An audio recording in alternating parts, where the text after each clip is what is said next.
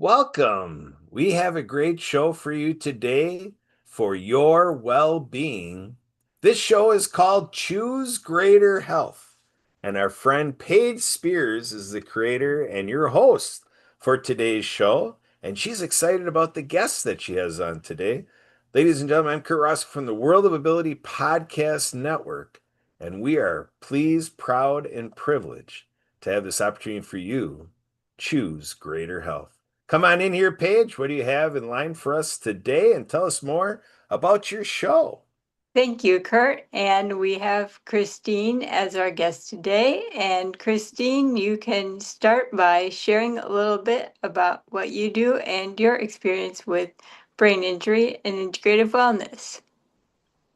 Hi, everyone. Thank you, Paige, and I'm honored to be on your show. My journey has been quite interesting, and I got to discover the ill effects of stress on us and how it can make us so sick, and how the mind and our emotions play such a huge role in our well-being. And after crashing, well, I call it crashing because I was not really functional in 2017, and I kept getting all these diagnoses. They were just piling them up.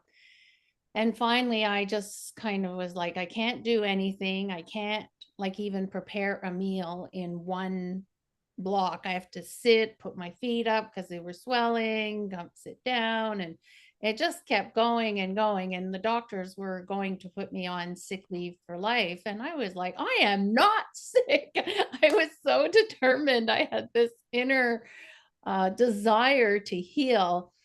And that's how I started my journey and went from being an elementary school teacher for 30 years and shifting to being a stress management coach to support people, because no matter what diagnoses we get, there's so much stress, even just with the diagnoses itself, and then in the family, in your environment, your loved ones, because who wants to be sick? I don't know anybody who's called me up and said, "Hey, Christine, I'm so excited, I'm sick," right? Nobody does that.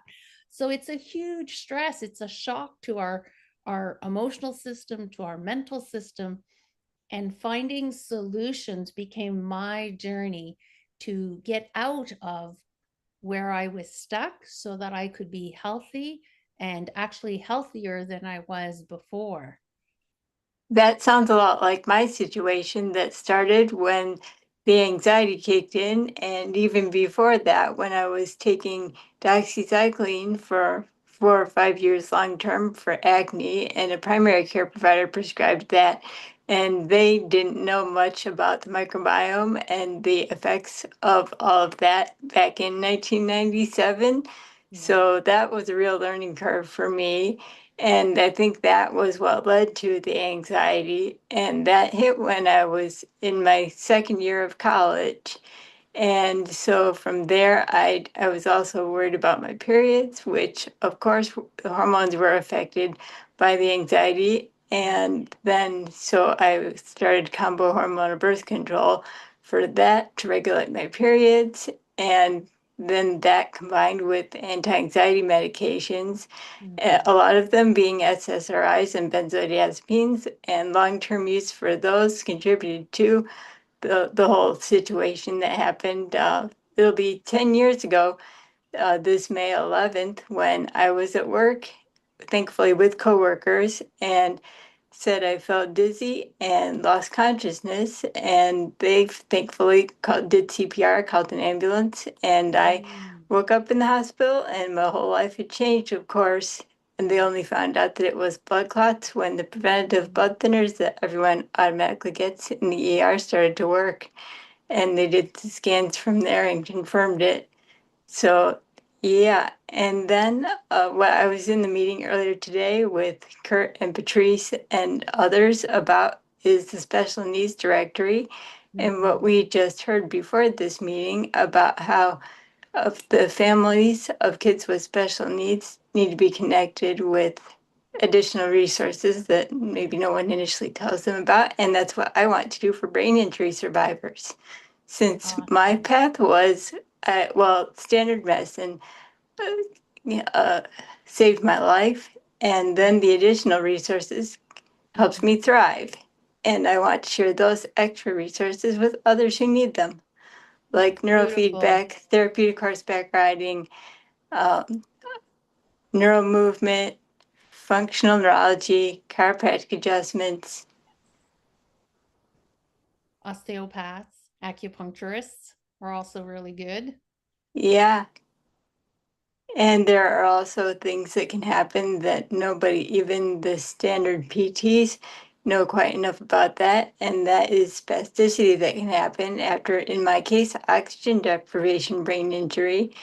And that set in just after I got home from my 5 weeks total inpatient stay. And that was in my lower left leg. And that went on almost 24/7 for a good few months afterwards. And that also had an impact on my walking, and I think contributed to hammer toes actually on both feet. So I've had a heck of a time really repatterning my walking from that. Yeah, that's for sure. I know that I'm working with this beautiful 24-year-old right now, and I have permission. I won't say her name, but she has permitted me to take a testimonial, just not ready yet. And so I know I can talk about it. And she was on medication for the stomach for ADHD, and she was taking all these medications. And what happens, nobody was dealing with the core issue of her anxiety, of the trauma that she went through in her teens, well, in high school and afterwards, other situations. And sometimes it's situations with our loved ones that are very stressful because we think differently, we perceive life differently, and it's very stressful because everybody else in the family doesn't see things differently and doesn't perceive life the same way we do because of the journey we've been through. And it just creates so much internal stress. And I believe that people who are highly sensitive, okay, putting my hand up as well, we are affected even more. We didn't learn at a very young age how to regulate, self-regulate ourselves. And if you don't know how to self-regulate, you can get angry, and you're carrying that anger. And highly sensitive children, adults, also pick up the anger from their parents, from their siblings, from school. So they're carrying all this anger. And then we wonder why they have outbursts of anger. It's because they're like, when your pail of water is full, you add one more drop and it spills over. And sometimes that drop, it is a tiny drop, and it's nothing that we should get angry about, but we do. We just explode. And I remember exploding at the not very proud to say this, but I exploded at the post office because he wouldn't give me my parcel because I knew I wasn't going to be home when the mail lady went by. So I put my neighbor's address.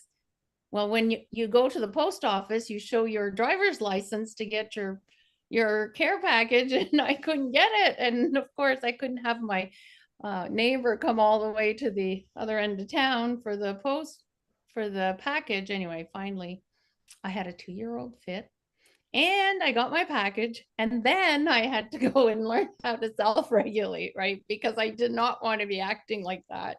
Yeah, have you heard 50s. Have you heard about the Reframing Anger Summit coming up on Event Raptor? I have heard about it, but I've also developed some a technique. Actually, I got certified as an EFT, Emotional Freedom Technique Master Practitioner. And in this technique, what we do, it was created by Gary Craig in the 90s. And what you do is, as you're tapping on different meridian points that we have like throughout our body, it kind of it calms that nervous system. It calms that part of the brain that is in survival mode, right? Because when we're triggered into anger, there's a part of our brain that believes that there's like a lion running after us. And that doesn't work out at all, right? There's no lions, you know, there's no lion, but that fear, it just takes over. The anger, whether it's the overwhelm, the anger, the crying, the, you know, whatever negative emotion that you don't want to have. Or I've even done this with children who get super excited and they can't calm down because they finally got something they wanted and have wanted forever. And the child, a 9-year-old boy, was like, oh, wow, Christine, this really works. So what I did is I took EFT, I simplified it just so that it would be easier for kids, because EFT has a huge protocol and it takes a while to learn. But what I did is I created a technique that I called snap, tap, and zap to release it out. Would you like to try that with us? Would you like me to show the basics, or do you want people to just reach out if they want to learn the technique, Paige? They can reach out if they want to learn, and you would be a really good speaker on that summit. Thank you. So that I'll just say quickly. So the snap is to bring awareness for you to notice where you feel it in your body, and where's that tightness, where's the non-truth that's been activated. The tapping part is to calm your nervous system down, to reduce the charge that you were feeling, and to create a space between the trigger that happened and its meaning. And the zap is to rewire the brain so that, you know, you're kind of updating and telling, releasing, like letting it go, blowing it out, so that you feel safe again. And it's very it's very powerful. And this client I was telling you about, that's 24, that's using it, she's now implementing it every day. Every time she has to talk to somebody that triggers her, she's going, okay, I got this, and she's doing it. And even her mom said, wow, it's really nice to see her doing that, because she's staying calm. She's not yelling at mom anymore, you know. So there's a lot to be said about being able to self-regulate. And there are many, many different techniques to self-regulate. Yeah, that's a good way to reset the automatic response. Exactly. That's exactly what I help them do. Reset that automatic response. And what happens when you're tapping on meridian points, which is very interesting, is all of a sudden the brain, who was like, can't deal with this, can't deal with this, just goes, yeah, I'm good, I'm fine. I'm just, you know, now I know my solution. Because when the amygdala, the survival part of the brain, just kind of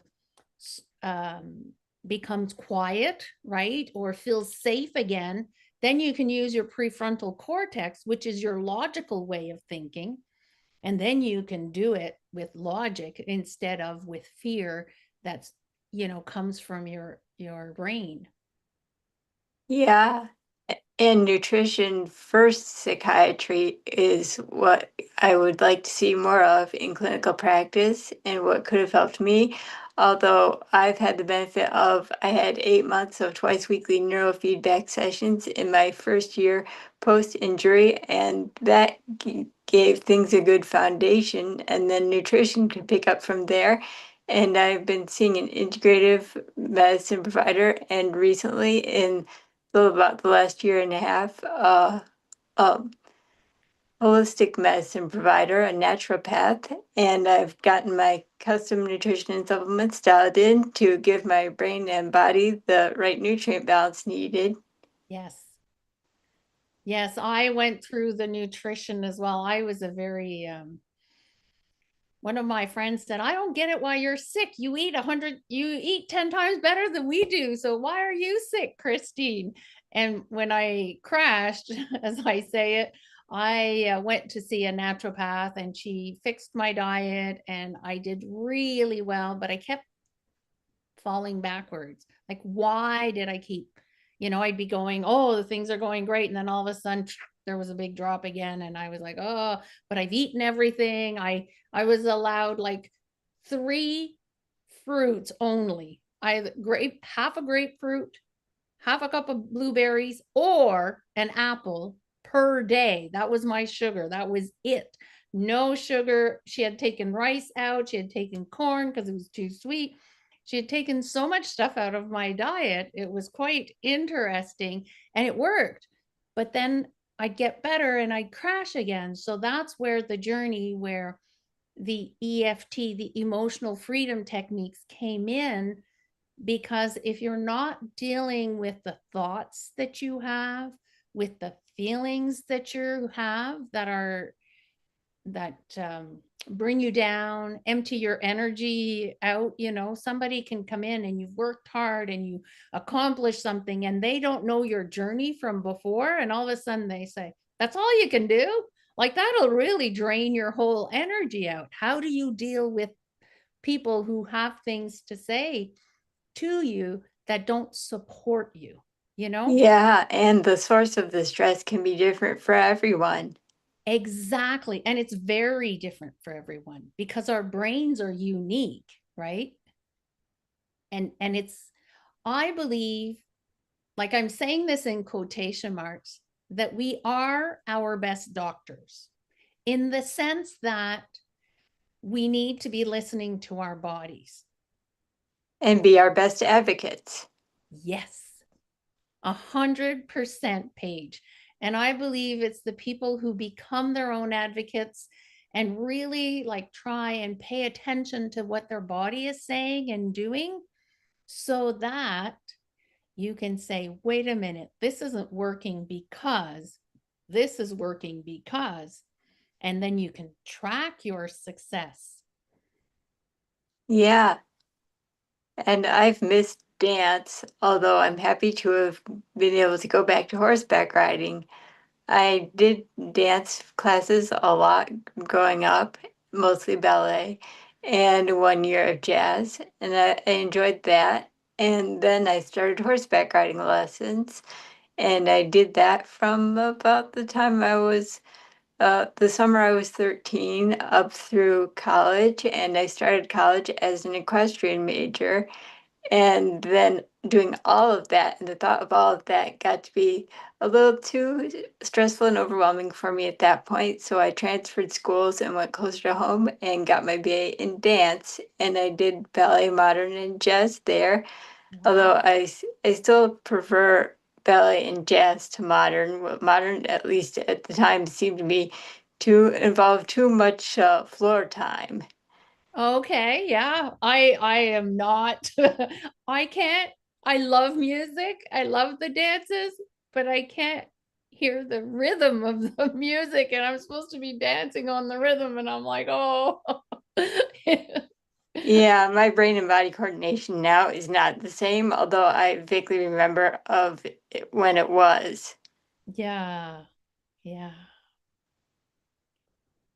Though the horseback riding is really fun, and I've gotten to canter on the mare I ride now, Lady, and I've also got ridden a Percheron Haflinger mix and got him to canter, and the Appaloosa Arabian mix jumped over a low pole we had set up. Excellent. Yeah, and I won Rider of the Year in 2021 at my therapy barn. Wow. You're doing great.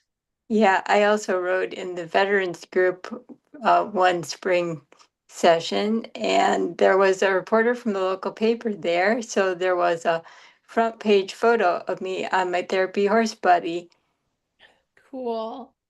That's very cool. Yeah, it's nice. When I was a teenager, I had a horse, and we lived on a dairy farm, and I was the one that was to take care of Jack. Her name was Jackie. And any minute I could have that was free, I would be riding Jackie. Mm-hmm. I loved it. Yeah. Yeah. Yeah. Thank goodness like, animals really help us self-regulate as well. Yeah. It's very soothing. We can feel the warmth of the animal, and we like a cat purrs, or and even the breath of a horse, hugging a horse feels really Yeah. good. So those are really excellent ways to self-regulate as well. Yes. Yeah, it's better now that I just get to ride. Yes, of course.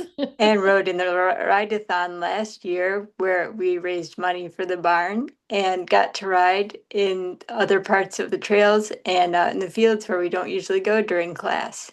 Excellent. That's really cool. Yeah.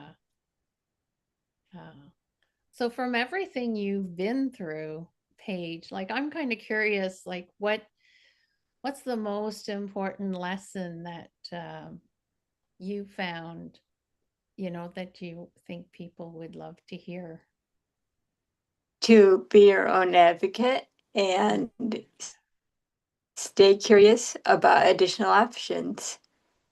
And with my business, Choose Greater Health, I've wanted to do something similar to Helpopedia, maybe even partner with them on a directory of additional integrative and holistic resources for brain injury recovery. That would be awesome. That would be so awesome. And I agree with you, learning to become our own advocate. And for me, it's really about listening to my body is the best way that I can advocate for myself.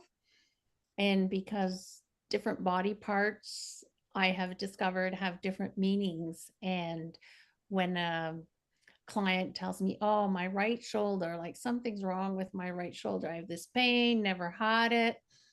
And I have the ability, let me see, how can I explain this?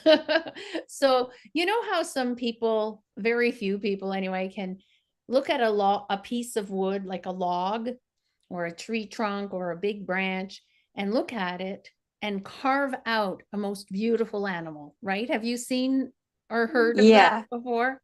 Yeah, what I've heard about sculptors, they see the sculpture in the block of marble and carve out everything that isn't it. Exactly. So I have the ability to, when I'm given permission, obviously, to see where the origin of the issue started. Why is there that pain in that shoulder? And I can see, like, it was at such an age or something was happening. And through questioning with the client, we can quickly figure that out and release it so that you feel much better. The two things that have come up for me in the last year and a half are sciatica that kind of comes and goes, although maybe it's better with the bioidentical progesterone that I've been taking consistently since December. And then there's my left elbow that's been acting up, and that was the one that I dislocated after falling off a horse my senior year of high school some 20 plus years ago. Yeah. So the left elbow, if do you want me to go ahead and just name something with that? Sure. So the left elbow often has, and we have to go back like 20 years, but has to do with a relationship with mom. And the elbow is a body part that is flexible. So I would say that there was some inflexibility happening with what you wanted and what your mom wanted at that point in time in your life. Does that sound true? Possibly some. Yeah.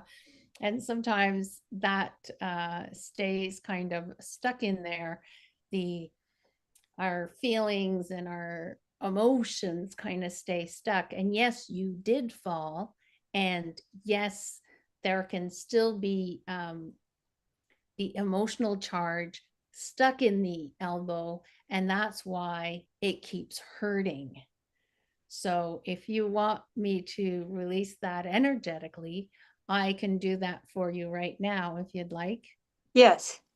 Okay. So just take a nice deep breath in and relax your shoulders and exhale out. What was happening before you had that accident?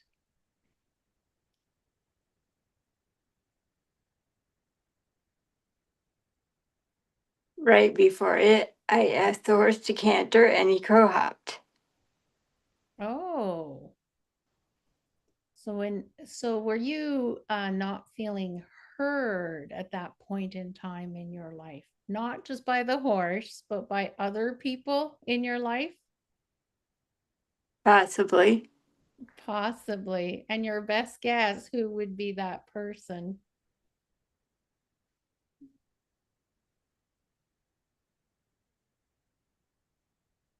I want to say myself. Yourself. You weren't listening to yourself. Beautiful awareness, Paige. And how does your left elbow feel right now? Better, worse, the same? Different. A little bit tingly. Oh, excellent. That's because the energy in it is the cells are like moving around. So just allow that and allow it to continue to rest it today. And if there's still something left with it, let me know. Okay. Cool. So that's what I like to do. Mm-hmm. Interesting perspective, right? Is very different from what we're used to. Yeah. And Yeah. that's also a little bit of how you work with other people dealing with health things themselves. Yes. And I do it for myself first because I've had some health issues and that's how I learned all the techniques that I need and discovered that I had these natural abilities that I was born with and never realized I had these natural abilities. So kind of cool. Mm-hmm. Yeah. Yeah. And where can people find you and connect with you if they'd like to learn more or work with you? Christine, and my name is written here on the screen. So Christine, Christine, Bernat, BERNAT.com, all in one word. ChristineBernat.com is my website. And from there you can connect with me, or Christine at ChristineBernat.com is my email. So they can email me as well. Well, thank you for joining me today, Christine. Thank you, Paige. It was nice to have a chat with you. And I hope Yeah. this helps some of your listeners. Yeah.